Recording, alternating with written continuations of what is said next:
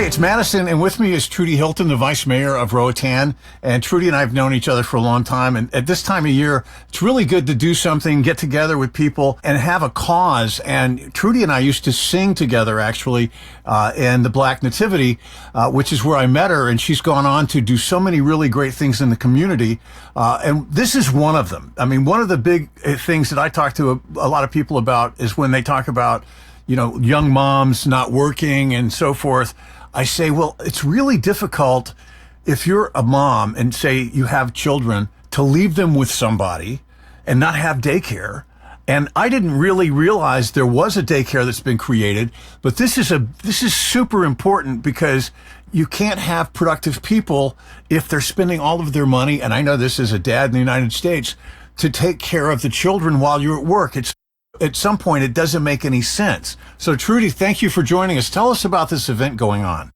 Excellent. Thank you so much, Keith, for all you do, giving back to the community. Likewise, I miss the Black Nativity so much. It was always like the kickoff to the holiday season. But nonetheless, as you mentioned, we're still involved with so many great Christmas and holiday events. And this is a first-time event for the island, thanks to Carnival Corporation, the cruise line that reached out.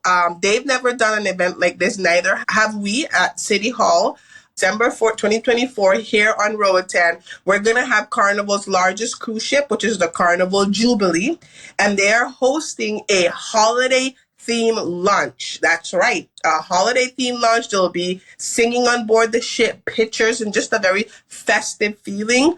And this is pretty much an all-day event starting from about 10 going to about 2:30, where you'll be able to have lunch on board the ship. The mayor will be there as well as myself. We have a general access, which is $100, and the VIP is $150, which also includes a cocktail hour for the VIP and a picture that they'll be able to take with them at the end of the tour. But the most important part of this activity, as you mentioned, Keith, is that all the funds raised will go towards our daycare. So we have 2 daycares, one in Sandy Bay and one in Las Fuertes. The one in Sandy Bay just started to open up a bit and get the feel of the community. We're doing that with the community board, so the patronato, but they will have monthly expenses to be able to keep it up and running. And just as you mentioned, the idea is that these working moms, some of which only make minimum wage, can have a safe and affordable place to leave their kids while they're at work. Often what we see in island homes is that the elders take care of our kids, and sometimes their help is very limiting, or the oldest kids of that family will take on that role, which is not ideal, as we know. So for us, it's very important to create this space for these working parents, both moms and dads. And thankfully, we have amazing partners like Carnival who are willing to support and give back to the community. So we're hoping that as many people as possible are interested in this experience, they can purchase their tickets and then just be all set for the 4th to go on board the ship and just have a once-in-a-lifetime unforgettable experience. So, Trudy, you mentioned buying the tickets. Where do I get tickets? I mean, I'm sure there's a place to do it online, or how do I get them? Excellent. So what we've done after vigorously trying to figure out the best way is to keep it simple. So there's a phone number you can reach out to, which is 9858-0210, and via WhatsApp. They'll send you the information for the bank account, which all the funds are being collected via Little Friends Foundation.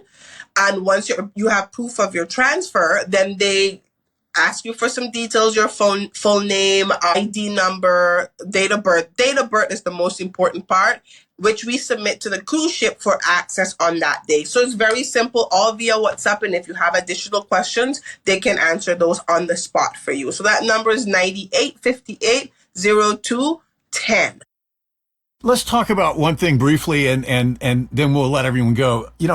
I know your story, so explain your story so people get an idea of what your mom had to deal with when you were being brought up, and how that, I mean, it turned out good for you, but you're different. You're somebody who pushes through.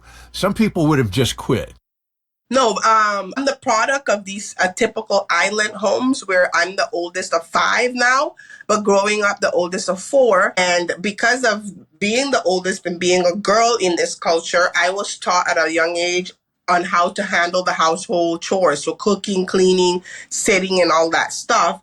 But then in my particular case, my mom being a single mother, that meant that whenever she would go out for jobs, I was the full-time caregiver of my youngest siblings. And this started at a very young age. I mean, I can't even remember, 10, 11, something like that. So she would be gone for hours, and it was my job to feed them, change them, clothe them, and make sure they were kept safe the entire time. And this isn't like cultures like the US or Canada where you can get like training on how to properly take care of youngers. Like, this is some common sense and some of what you've seen in the household. So as the oldest, I helped essentially with all 2, 3 of my siblings that came after me, which meant that a lot of my childhood was given up. So I was missing out on birthday parties and school activities because I had to stay home and take care of my younger siblings. And that wasn't a choice, right? It was an obligation. So it just robs you from your own childhood,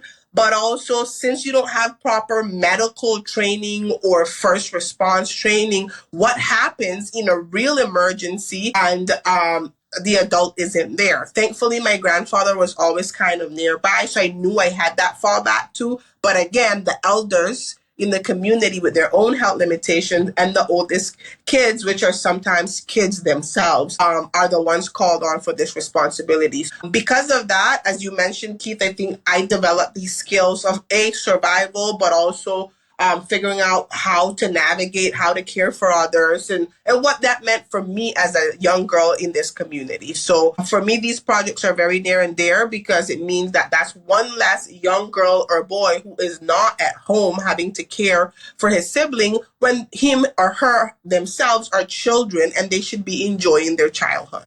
Right. It puts too much too early, and the result in your case came out great, but in a lot of cases, it doesn't turn out that way. Exactly. All right.